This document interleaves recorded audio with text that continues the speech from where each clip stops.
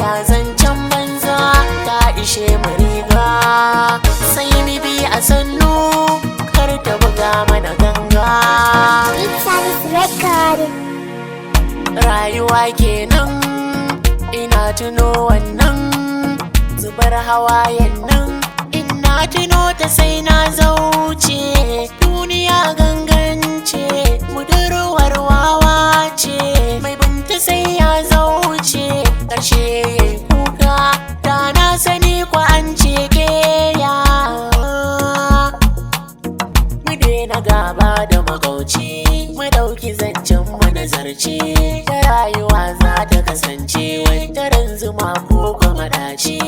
Mai shirin fansa ta zama tattausa, rayuwar gasa kan haifi sa'insa.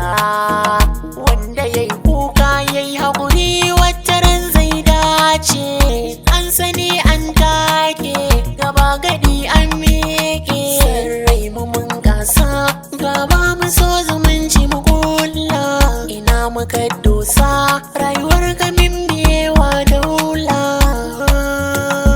Yankan ƙauna mene ya hana mu biyo halin girma, lissafi na yau da ta ya faɗi na sami yar kwama.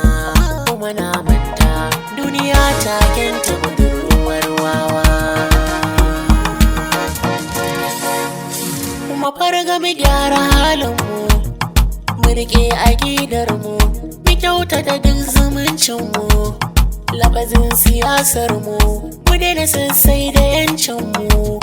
Haƙƙin da ke kanmu junanmu mun nuna mun damu, danƙon zumuncinmu wanda ya ɗauki rayuwar duniya komai yake fariya. Shi ke bambanta ɗan juma ɗan jummai cikin duniya, yakan kimanta shi ne kaɗai jarmai a kaf nahiya. Siran ne zama bashi bane komai da shan ijiya, zai da na sani da cizon yatsa kai kaji kyan gaskiya.